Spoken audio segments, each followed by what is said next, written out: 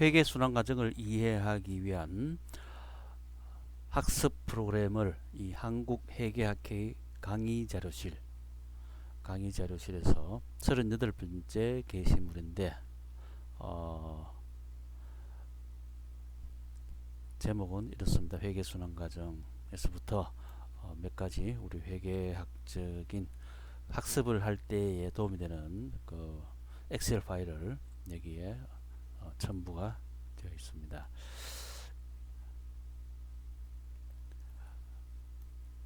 회계의 순환 과정은 첫 번째 파일을 선택하면은 열기 혹은 뭐 다른 이름으로 저장하면 되겠죠. 먼저 열기를 선택하겠습니다.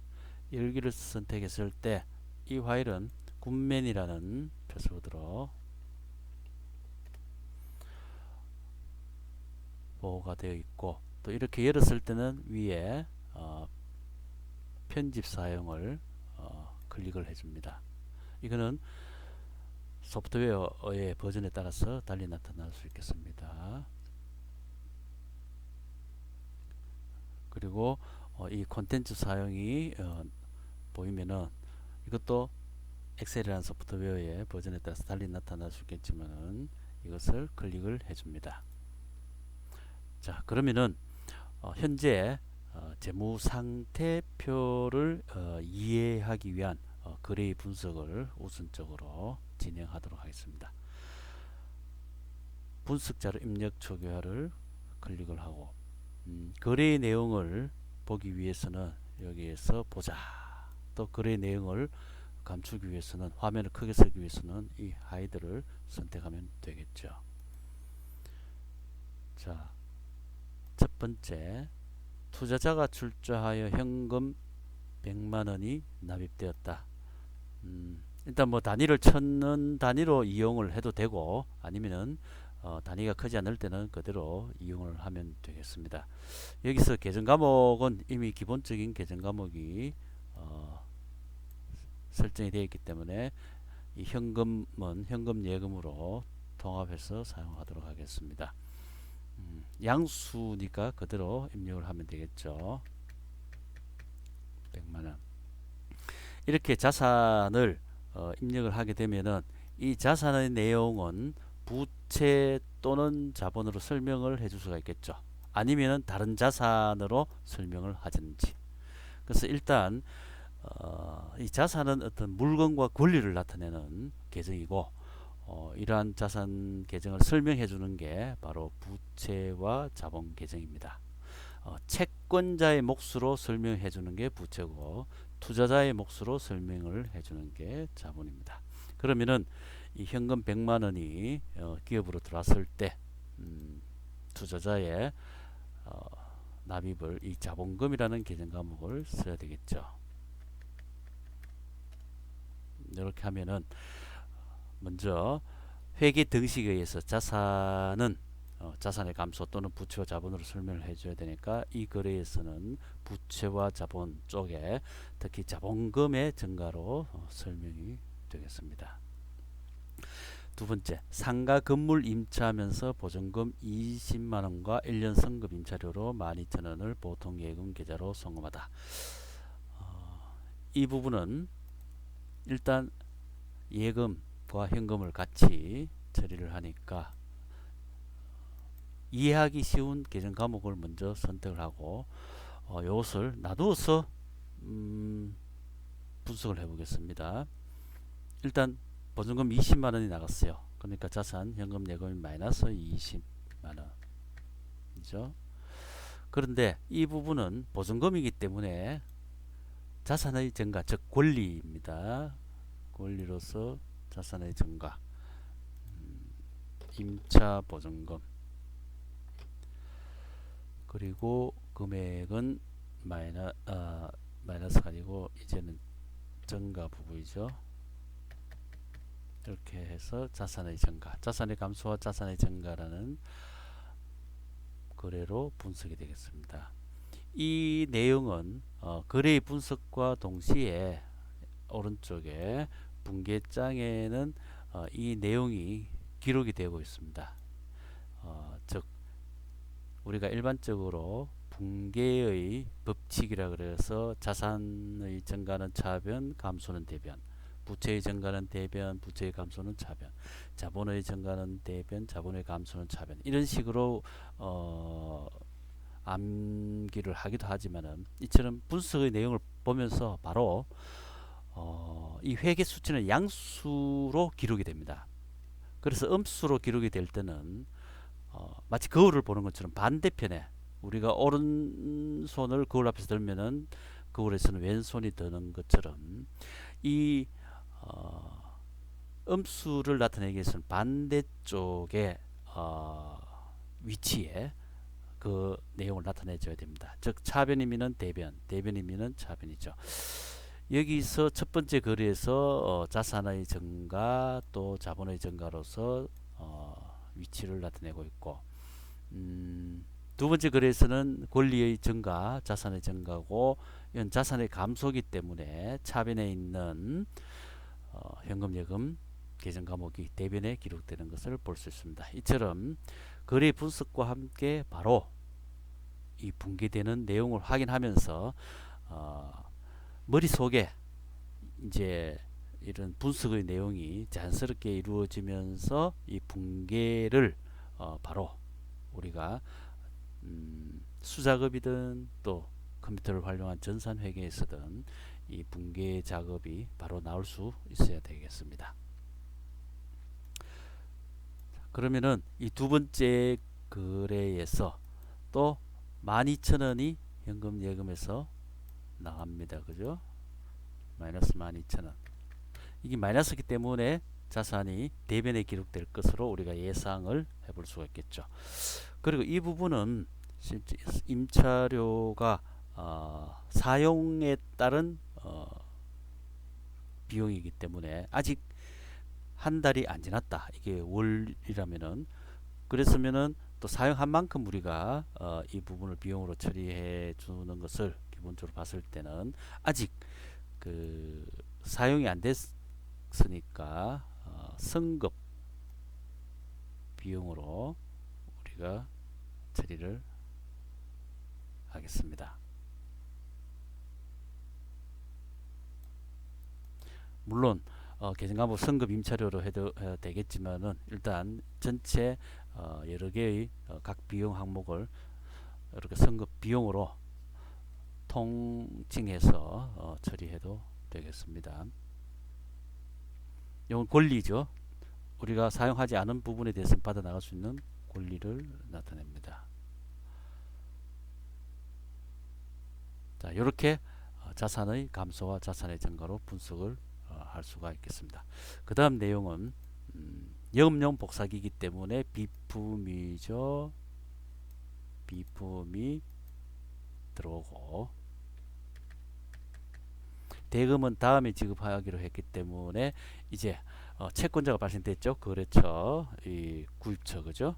이 부분은 주된 영업활동의 대상이 되는 상품이 아니기 때문에 미지급금으로 처리를 해야 됩니다. 그러면 주된 영업 대상의 어떤 미지급, 즉 외상거래는 외상매입금으로 해야 되겠지만, 그죠? 그래서 우리가 갚아야 될 채권자의 목, 그게 20만원이 되겠습니다.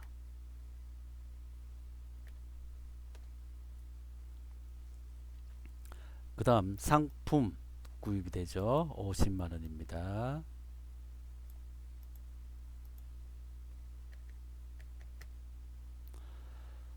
그 다음에 계좌이체로 지급이 되었기 때문에 현금 예금,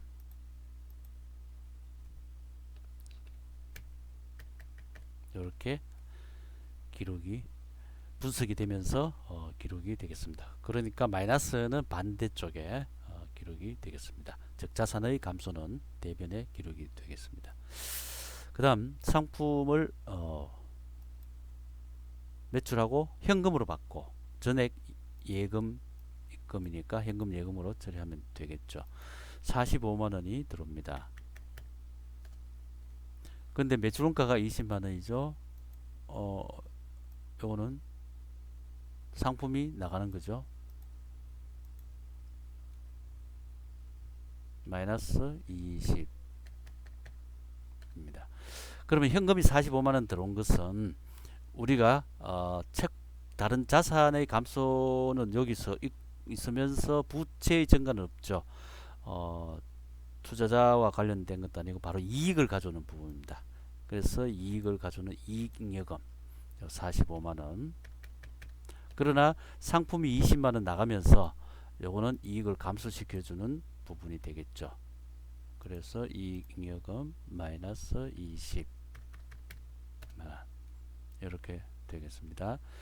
그 다음 상품을 22만 5천 원인데 외상 판매했어요. 그럼 받을 권리가 생겼죠.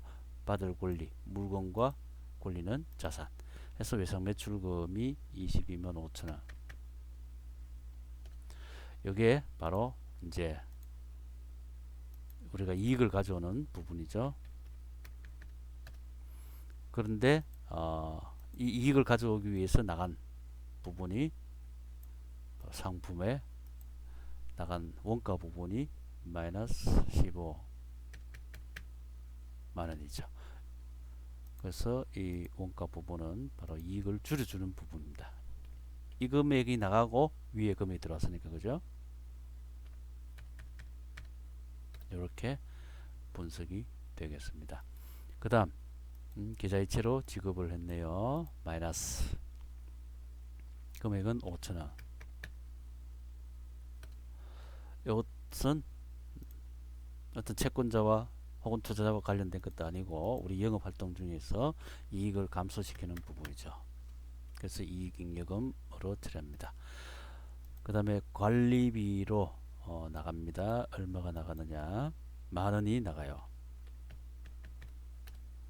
물론 이 음수는 나중에 대변에 기록되겠죠. 이것도 이익을 감소시켜 주게 되겠습니다. 그 다음 급여로 나가네요. 그죠? 일단 계좌이체로 나가니까 자산의 감소 마이너스 13만 4천원. 그리고 이것은 이익을 줄여주죠. 마이너스 13만 4천원. 이것도 마찬가지로 이 자본의 부분에서 이 자본은 자본금과 이익잉여금이라 그랬죠. 근데 단기 이익잉여금의 증가는 당기순이익을 통해서 증가가 되겠죠. 그럼 이 당기순이익은 이익을 증가시키는 내용과 이익을 감소시키는 내용으로 구분이 되는데 어쨌든 이익잉여금 계산감으로 처리합니다. 재무상태표를 나타내기 위해서. 이랬을 때 마찬가지로 마이너스는 다 이 자본 쪽에서 마이너스이기 때문에 차변에 나타날 걸로 우리가 예상을 할 수가 있겠습니다. 그래서 옆에 보면은 분계가 다 차변에 되어 있는 것을 확인할 수가 있겠죠. 자, 그 다음 상품이 들어옵니다. 상품이 40만원 들어오죠. 40만원 들어오고 거래처부터 외상으로 매입을 했어요. 그러니까 이 채권자가 발생되고 우리는 갚아야 될 의무가 생기게 되겠습니다. 외상 매입금 40만원. 그래서 수시로 이 자산의 내용과 부채와 자본의 그 금액 이걸 확인을 하면서 우리가 분석을 해 나가야 됩니다. 이게 맞지 않을 때는 여기에 차액이 얼마다 뜨겠죠. 그걸 보면서 분석에 빠져 있는가 살펴보고 또 이 학습 프로그램에 일단 이렇게 예시는 있지만은 이 예시와 관계없이 이걸 닫아버리고 우측에 모든 분석이 가능합니다. 그리고 분석할 때는 한 줄에 한 2개를 초과하지 않고 넘어서면은 밑으로 하면은 그 분기에 똑같이 영향을 미칩니다. 그래서 2개를 초과하는 경우에는 밑에다가 하면은 그 내용이 분계로 보통 분계가 한 줄만 이루어지는 게 아니라 2줄, 3줄로도 이루어질 수 있는 것을 볼 수 있는 것처럼 2개를 초과하는 즉 3개 이상의 분석은 밑에다가 해주면 되겠습니다. 자, 그럼 그 다음에 감가상각비로 2만은 계산하는 건데 이거는 일반적으로 해당 자산에서 뺍니다. 이 해당 자산을 이제 통쳐서 비품이면 비품 감가누계, 또 기계장치면 기계장치 감가누계 이렇게 되는데 우리가 여기서는 일단 이걸로 통칭을 하겠습니다. 감가상각으로서 마이너스 2만 원이에요. 요거는 이익을 줄여주는 거죠. 그래서 마이너스 2만 이렇게 되겠습니다. 그 다음에 결산 시 지급 임차료 선급분을 비용 처리하던데 이거는 앞에 있는 이 선급 비용 자산의 증가로 있었죠. 요게 줄어드는 겁니다. 줄면서 자산이 아니라 이제는 이익을 줄여주는 쪽으로 전환이 되는 겁니다. 그래서 요게 선급 비용을 차감을 시키고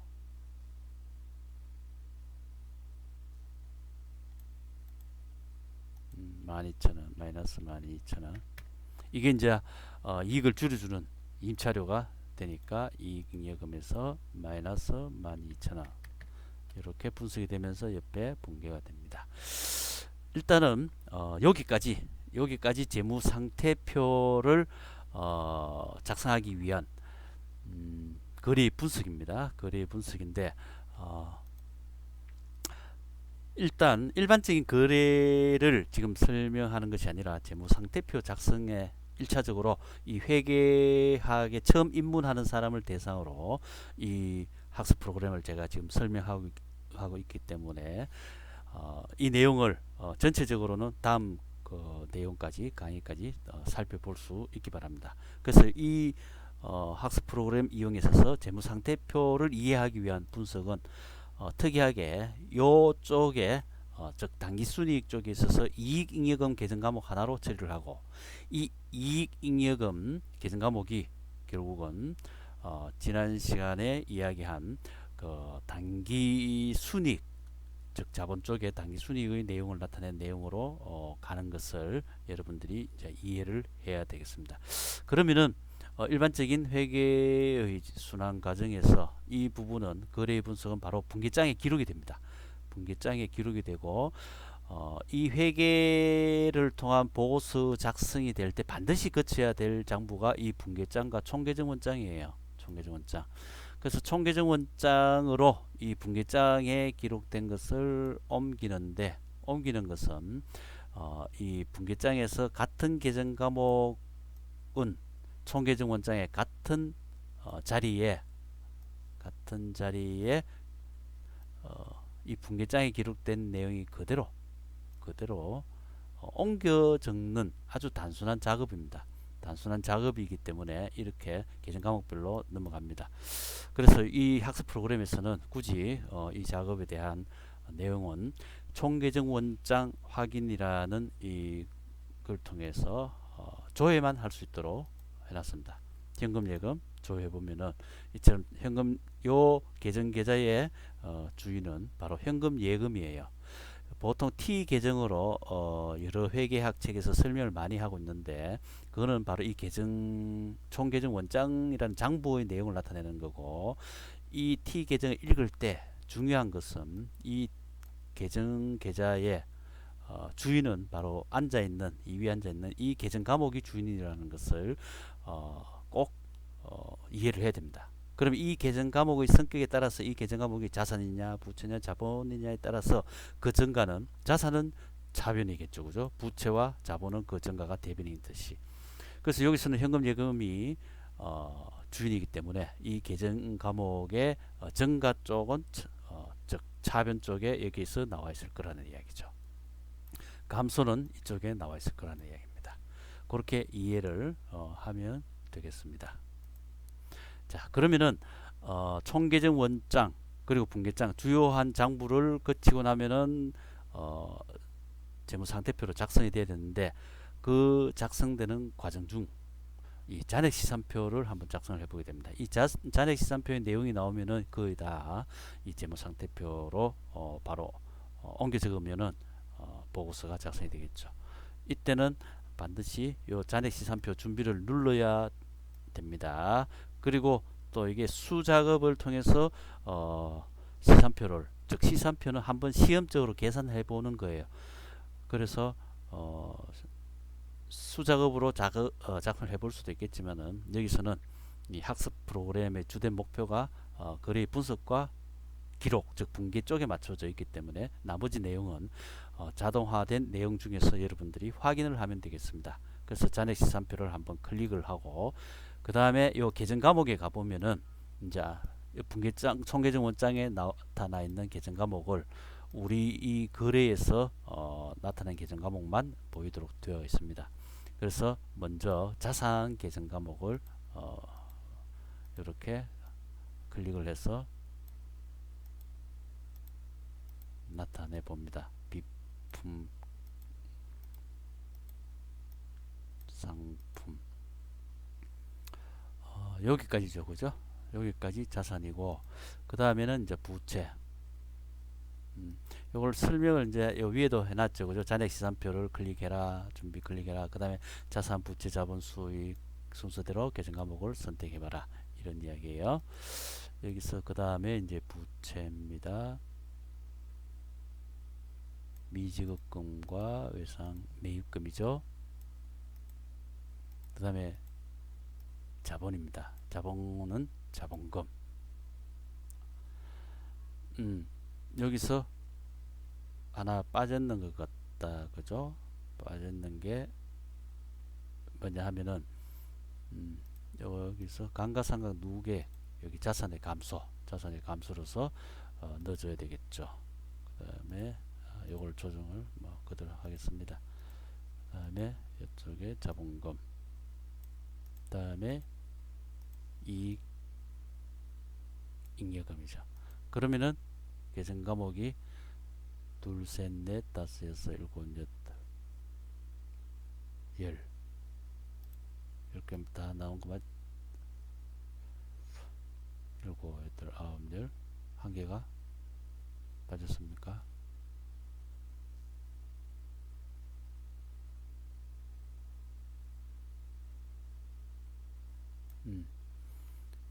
그게 빠졌네요, 그죠? 잠시 내가 이렇게 하겠습니다. 선급 비용이 빠져 있네요. 선급 비용. 이렇게 보면은 이제 여기까지가 자산이죠. 여기까지가 자산이고 요게 부채입니다. 요게 자본입니다. 요게 자본입니다.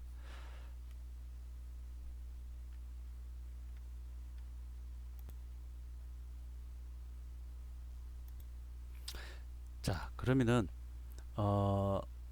여기까지가 자산, 부채, 자본인데 요게 재무상태표에는 어떻게 나타나는지 우리가 지난 시간에 재무상태표에 대해서 이야기를 했는데 이 기말 재무상태표에서 요게 기말 자산 또 기말 부채 요 전체가 바로 기말 자본입니다. 그래서 이 기말 자본은 요 기초 자본으로 있는 현재 요 자본금이죠. 그리고 기존에 이익잉여금이 있다면은 여기에 자본금과 이익잉여금이 여기에 되겠습니다. 잉여금 여기에 뭐가 덧붙느냐 하면은 당기순이익이 덧붙습니다. 당기순이익. 그래서 이 당기순이익은 무슨 계정 과목으로? 이익잉여금 계정 과목으로 이익잉여금. 그래서 이 이익잉여금을 보면서 당기순이익을 알 수가 있죠. 바로 14만 4천원 14만 4천원이 당기순이익인 겁니다. 그리고 재무상태표에는 요 잔액이 나타납니다. 잔액, 부채 잔액, 자본의 잔액. 이쪽에 있는 것은 차감 항목으로서 재무상태표에 나타나게 되겠습니다. 자, 그러면은 이 재무제표 작성을 위한 이 회계학습 프로그램에서의 분석 방법과 그 내용을 한번 이해를 해봤습니다. 이상 마치겠습니다.